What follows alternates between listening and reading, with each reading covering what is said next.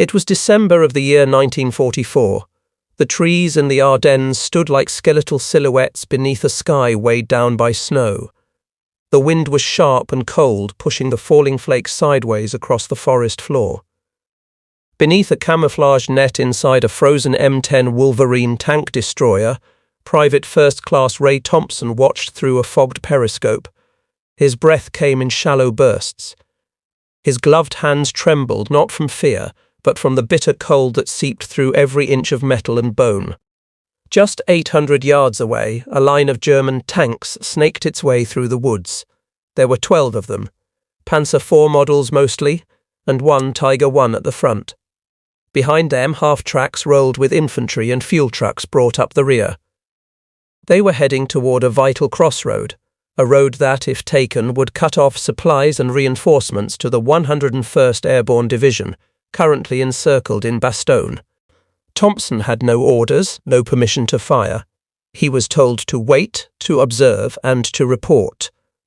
But he could see what was about to happen, so he made a decision. Without a single command, without clearance, Ray Thompson pulled the trigger and everything changed. The strict rules of engagement during the Battle of the Bulge and why soldiers were forbidden to fire without orders. 3 days earlier, inside a drafty farmhouse near the Belgian front, Ray Thompson sat hunched over a cold metal desk as his commanding officer briefed the crew of the 702nd Tank Destroyer Battalion. "No one fires without confirmation from command," the officer said flatly. "I don't care what you see. I don't care how close they are. We do not give away our position unless ordered." The room was quiet. The men nodded. But there was tension beneath the surface. Everyone knew the enemy was moving and fast. Outside, the Battle of the Bulge was just beginning. On December 16th, under cover of fog and snow, the German army had launched its last major offensive on the Western Front. It was called Operation Watch on the Rhine.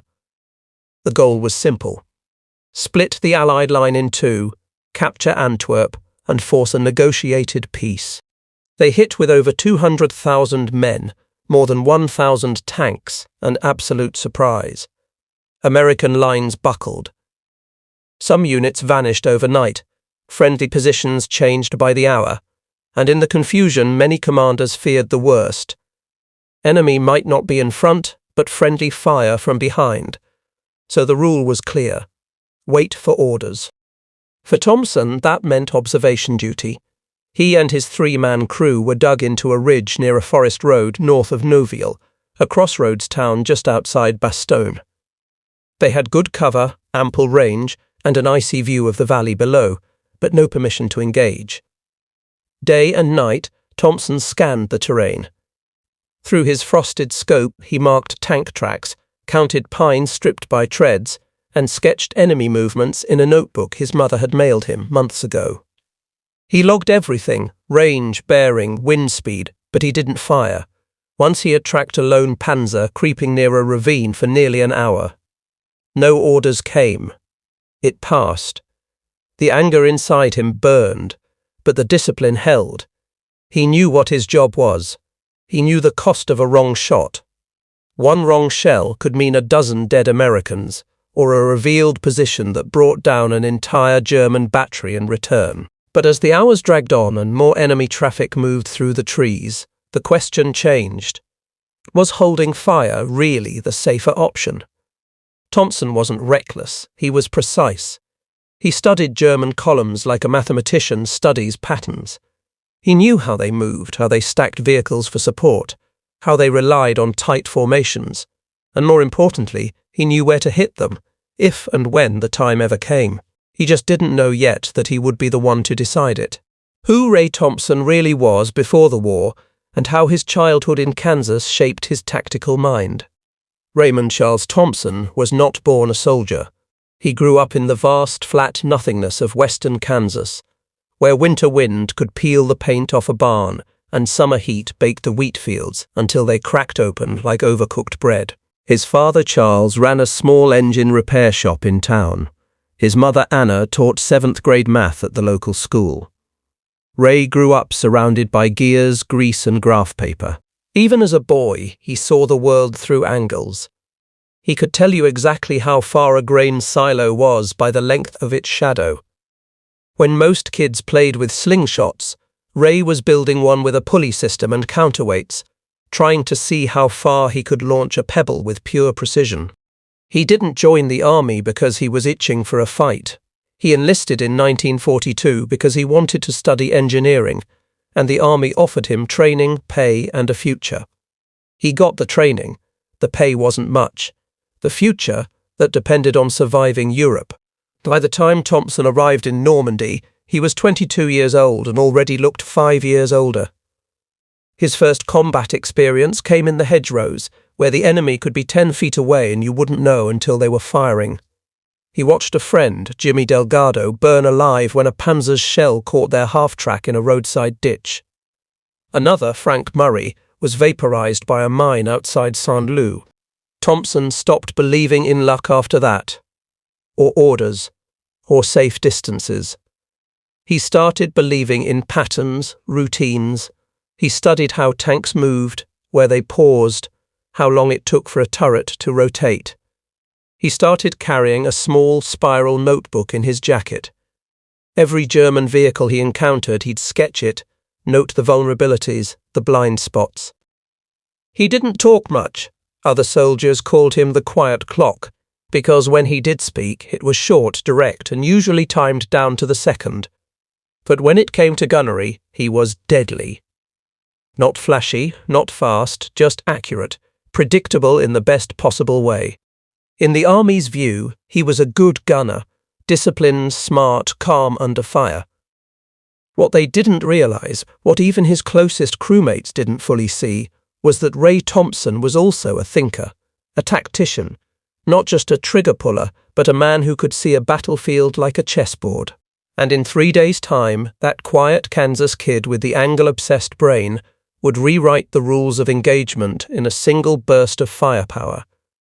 Because sometimes war doesn't reward those who follow instructions. It rewards the ones who understand when to break them. What Thompson was really facing that morning, the full German armoured column, and why it was so dangerous. On the morning of December 19, 1944, the fog lay thick and low across the Ardennes. It clung to the branches like smoke. Vision was limited. Sound was distorted. But through his periscope, Ray Thompson saw them. First, the silhouette of a Tiger I tank, the unmistakable beast with its long barrel and snarling square shoulders. Then another, and another. The German column was moving through the forest road like a steel serpent. 12 vehicles, maybe more. It was a textbook armoured assault column, clean, tight, disciplined. At the front, the Tiger led like a battering ram, capable of punching through nearly anything the Americans had.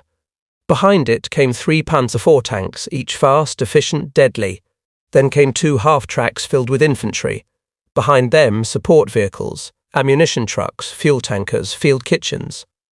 Even the tail end of the column was flanked by a self-propelled anti-aircraft gun, a sign they were expecting contact and prepared for anything. Anything except one unapproved American gunner with a Wolverine. The road they were on was narrow, barely wider than the column itself. Steep forest banks on either side, thick trees hemming them in, no room to maneuver, no room to scatter. To Thompson, it wasn't just a road, it was a trap. But here's the catch. Ray had no orders. No one else could see what he saw. Radio contact with his battalion's forward headquarters was weak, garbled, or non-existent. The only way to reach command was to reposition and risk exposure. By protocol, he was supposed to observe the enemy, report their heading, let air support or artillery take the lead. But Thompson wasn't watching a column in transit. He was watching a blade aimed straight at the throat of the American line. That road, the one they were creeping down, led directly to the Noville crossroads. If they took Noville, they'd flank the defenders at Bastogne from the north. The 101st Airborne Division, already encircled, would lose its last major supply lifeline. The result would be catastrophe. Tens of thousands of Americans cut off in the cold. And yet the tanks kept moving forward, calm, confident, protected. by the belief that American forces were disorganized, scared, and stretched too thin to respond. They were half right. Ray Thompson was scared, he was cold, he was isolated. But he wasn't disorganized. He was calculating. He knew that if he fired too early, they'd scatter. If he hit the wrong target, the others might escape or return fire with overwhelming force. But if he fired with precision, just the right vehicles in the right order, he could do something most officers would say was impossible. He could dismantle an entire armored column, piece by piece. And he'd have to do it without a word from command, without backup, without permission. He licked his lips, reached for the elevation dial, took one last look at the formation, and waited for the moment no manual had prepared him for. The moment Thompson broke protocol and began his unauthorized firing pattern that would change everything. Ray Thompson had never fired without orders, not once, not in training, not in France, not even when his instincts told him to pull the trigger days earlier as a lone Panzer crossed his scope. But now, staring at a perfectly exposed German armoured column crawling forward like clockwork, he realised something. Waiting was no longer caution. Waiting was suicide. And so with no radio contact, no green light, and no one to back him up, Ray adjusted the angle, held his breath, and fired. But he didn't aim for the lead tank, he aimed for the third. The armour-piercing round left the barrel of the M10 Wolverine with a thunderous roar that shattered the quiet and kicked a wave of snow into the air. It struck the 3rd Panzer IV directly in the flank. The explosion sent a shockwave through the trees. A plume of fire and black smoke erupted into the fog. Metal screamed. The entire column halted, but Thompson wasn't done. As his loader rammed in the next shell, Thompson shifted position slightly, 5 yards to the left, enough to throw off any German gunners scanning for muzzle flash. Then he fired again, this time at the 6th vehicle. The blast ripped through the half-track carrying infantry. Its fuel tank ignited instantly. Bodies were thrown into the trees. The fire spread to the dry underbrush, lighting the forest floor in patches of orange and black. The Germans were no longer halted, they were panicking. The Tiger at the front tried to reverse, but the column was packed too tightly. The crew inside the Tiger shouted and gestured furiously, trying to clear a path. But behind them, the rest of the formation was now bottlenecked, blinded, burning, boxed in. Thompson reloaded again. His crew, now fully alert and realizing what was happening, didn't question him. They followed his lead. He fired at the 8th vehicle, a fuel truck. The result was instant and biblical. The explosion rocked the hillside, flames jetting skyward like a volcanic blast. The force knocked 2 nearby infantrymen to the ground. The fireball backlit the tank silhouettes like ghostly shadows. From a distance, it sounded like a full artillery ambush. In reality, it was 1 man, 1 gun, and a gut feeling. But the order of his shots wasn't random. Thompson had spent months studying German doctrine. He knew their reliance on tight formations, knew the logic behind their placement, fuel and support in the rear, armour in front, infantry in the middle. By taking out the 3rd vehicle, he created a physical block. By hitting the 6th, he jammed the middle. The 8th, the fuel truck, crippled their retreat and ignited chaos. It was a chain reaction firing pattern, a surgical disruption of German tactical structure. Each shot was a scalpel, not a hammer. The Germans, now confused and cut off, began firing wildly into the trees. Their machine gunners riddled snowbanks and empty trunks. Infantrymen ducked behind flaming wrecks, unsure of where the fire was coming from. To them it felt like a trap, an orchestrated ambush by an entire battery of American tank destroyers. But there was no ambush, there was no battery, just Ray Thompson and a crew who had stopped asking questions. As the enemy scrambled, Thompson moved again, using the forest terrain like a sniper. He knew how to use angles, knew how far his gun could reach without revealing too much. Every new position was chosen for cover, for elevation, for maximum confusion. He wasn't just shooting, he was dismantling. and each blast was another page torn from the German field manual. The complete destruction of the German column, and how Thompson turned a forest road into a graveyard. The Ardennes had gone silent just moments before the first shell. Now it screamed. Trees cracked and fell under shockwaves. Snow, fire and shrapnel filled the air like confetti from a hellish celebration. Thompson's third shot had set off a fuel truck. The fourth struck a half-track that had tried to reverse. Its wheels were already spinning in the icy mud when the shell hit, sending the chassis skyward in a twisted arc of steel. The German Tiger at the front was stuck. The crew tried desperately to reverse, but they were trapped between flaming wreckage and vehicles behind that couldn't move without ramming each other. Their tight, disciplined formation, so effective in open terrain, had become a steel coffin inside the forest road. From Thompson's vantage point, everything moved in slow motion. He saw soldiers yelling, arms waving, confusion turning to panic. German infantry began to scatter into the woods, abandoning vehicles. Some took cover behind trees, others sprinted into the snow, stumbling and slipping on frozen roots. One officer climbed on top of a tank to get a better view and was cut down by a burst of Thompson's coaxial 50 caliber machine gun. The crew inside the M10 was sweating now, not from fear, but from sheer physical exertion. The loader's hands were blistered. The assistant gunner's voice was hoarse from yelling coordinates. The tank smelled like grease, hot metal, and cordite.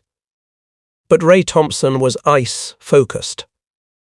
Every shot he took came from calculation, not adrenaline, not rage, just pure, practiced mathematics. He was repositioning after every 2 shells, not far, 10 yards here, 20 there, but enough to make German gunners doubt their aim. Smoke helped, fog helped, the terrain helped, but the real advantage, they thought there were more of him. The Germans believed they had stumbled into a multi-unit ambush. Some guessed 4 tanks, others said 8. There were even reports of American artillery batteries in the hills, though no such batteries existed in that sector. The truth? It was one M10 tank destroyer with a 3-man crew and a gunner who was supposed to be following orders. By the 30-minute mark, the road was clogged with burning steel. At least 5 vehicles were destroyed. Another 3 were immobilized. Survivors from the rear, fuel and support crews, had already turned and run back down the forest trail. The Tiger finally managed to pivot its turret, rotating toward the ridge where Thompson had fired last. Thompson didn't flinch. He waited. He knew the Tiger's armor was thickest in front, but weakest on the sides. And if you knew the exact moment when it turned, when the hull exposed just a sliver of its flank during repositioning, that was your window. The 5th shell left the barrel and struck home. A bright hot flash tore through the Tiger's side. For a second it held. Then the internal ammunition cooked off. The entire turret launched upward in a plume of fire, landing several yards away. The blast was so violent it knocked the German anti-aircraft gun in the rear off balance. Its gunners, stunned, dropped their weapons and ran into the trees. Smoke now poured into the forest like low-lying clouds. The wreckage glowed beneath the grey morning light, and the road that had once been a pipeline of armoured strength was now a burning bottleneck of destruction. One of Thompson's crewmen looked at him and said, "Are we still going to get court-martialed for this?" Thompson didn't answer. He just loaded another round. The job wasn't finished. What the captured German soldiers reported, and why they believed they'd been ambushed by a ghost battery. Hours later, under interrogation in a makeshift American holding tent, a captured German lieutenant, his face smudged with ash, coat half-burned, eyes glassy with shock, struggled to find the words. He spoke in fits, stammered, paused. "There were many guns," he said in broken English. "Maybe 6, maybe more. We were attacked by a full battery." American intelligence officers exchanged glances. There hadn't been a battery. There hadn't even been a full unit. There was just one M10 Wolverine and a gunner who officially had never been given permission to fire. Other German prisoners described it differently. Some said it was an ambush laid by paratroopers with anti-tank weapons. Others claimed the Americans had planted mines and booby traps, evidence of sabotage, not gunnery. One man, barely 20, swore he saw muzzle flashes from 3 different angles, but the flash pattern had come from one source, Thompson, who had moved after every shot. In their confusion, the Germans had begun to invent enemies that didn't exist. Fear filled in the blanks. Even seasoned tank commanders reported seeing American armor silhouettes deeper in the trees. In the chaos of burning wrecks, smoke, and disintegrating command chains, they imagined what they couldn't identify. It wasn't cowardice, it was psychology. They simply couldn't believe one man had done that. To them, it was impossible that a single tank destroyer could have struck with such timing, such precision, and such devastating effect. And in a way, they were right. This hadn't been brute force. This had been surgical disruption. Thompson's decision to fire at specific targets, 3rd, 6th, and 8th vehicles, followed a logic no German unit had prepared for. German doctrine taught that American forces were slow to respond, overly reliant on orders from above. The assumption was that Americans were efficient only in numbers, not improvisation. But Thompson had violated that expectation.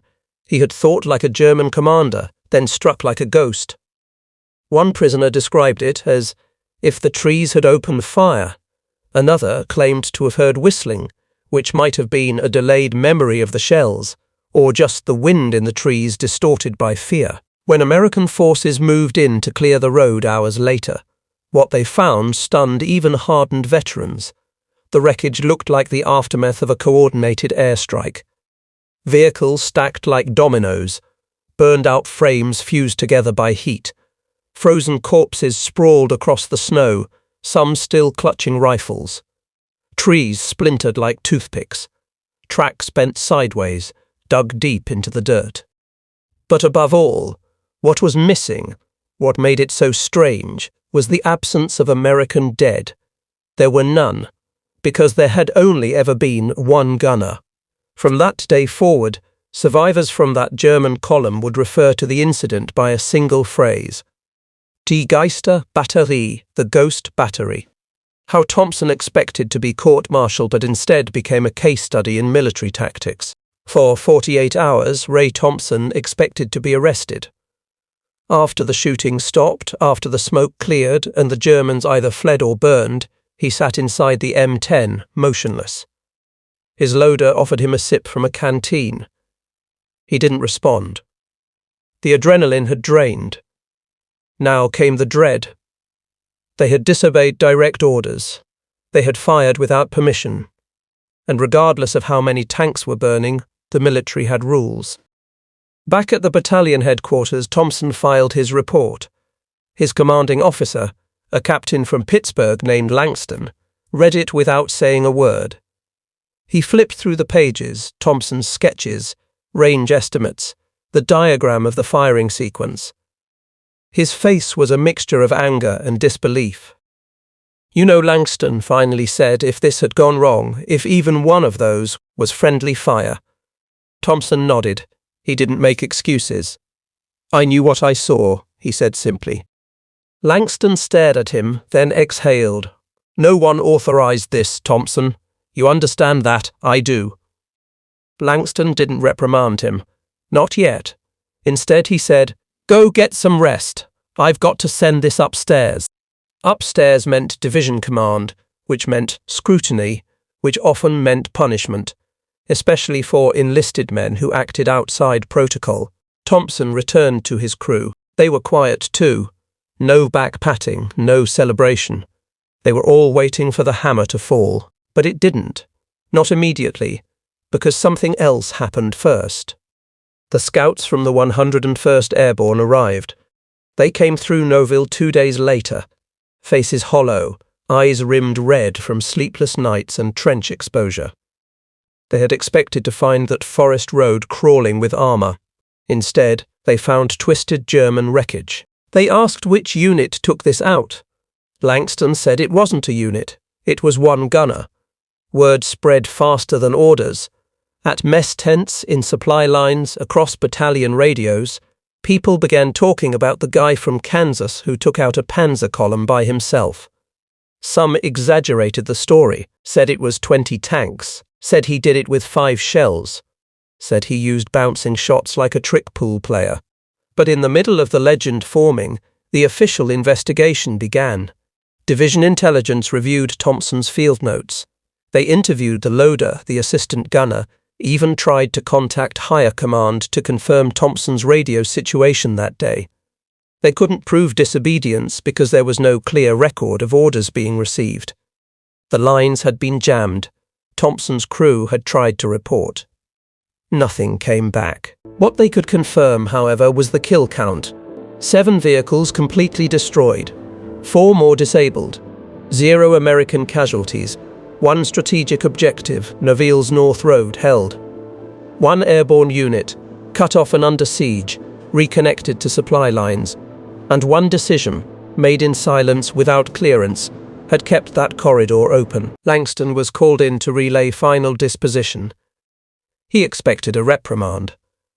What came instead was something more unusual. The division commander said, "Don't put this in the official briefing. Not yet. But tell your gunner we'll be watching his work."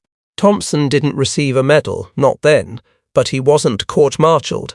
In fact, he was quietly assigned to train other gunners on firing pattern theory, how to disable convoys through sequence rather than brute force. No one said the word hero, no one saluted, but he was asked to diagram his decision-making. And his diagrams were sent to Fort Sill, Oklahoma, to the United States Army Artillery School. That's when it hit him. They hadn't just forgiven what he did, they were studying it. Langston approached him one evening, weeks later, while Thompson was cleaning the breech of a recoilless rifle. "You know," Langston said, "I was ready to report you for insubordination." Thompson looked up. Langston shrugged. "But then I read that line in your notebook. The one about controlled collapse. What did you mean by that?" Thompson wiped his hands. "When you pull one stone from a wall," he said, "the rest falls if you know where to pull." Langston smiled. "Well, next time you decide to knock down a wall, just give me a little warning." Thompson didn't smile back, he just nodded, because to him it wasn't a victory. It was a solution, a calculation, a necessity. And deep down he knew it could have gone the other way. He'd made peace with that. But war doesn't always punish disobedience. Sometimes it learns from it. How Thompson's unauthorized action became a foundational case study in modern military doctrine. Ray Thompson never asked to be remembered. He didn't keep journals, he didn't pose for photographs. After the war, he went home to Kansas, married a girl named Helen from the next town over, and started a small repair shop near Dodge City. He fixed tractors, built grain silos, taught his son geometry by marking angles in the dirt with a stick. He never once called himself a hero. But others did. Because years after the Battle of the Bulge, the Army quietly began teaching something they called a symmetrical engagement sequencing. A fancy term for a deceptively simple idea: don't aim for the front, aim for the collapse.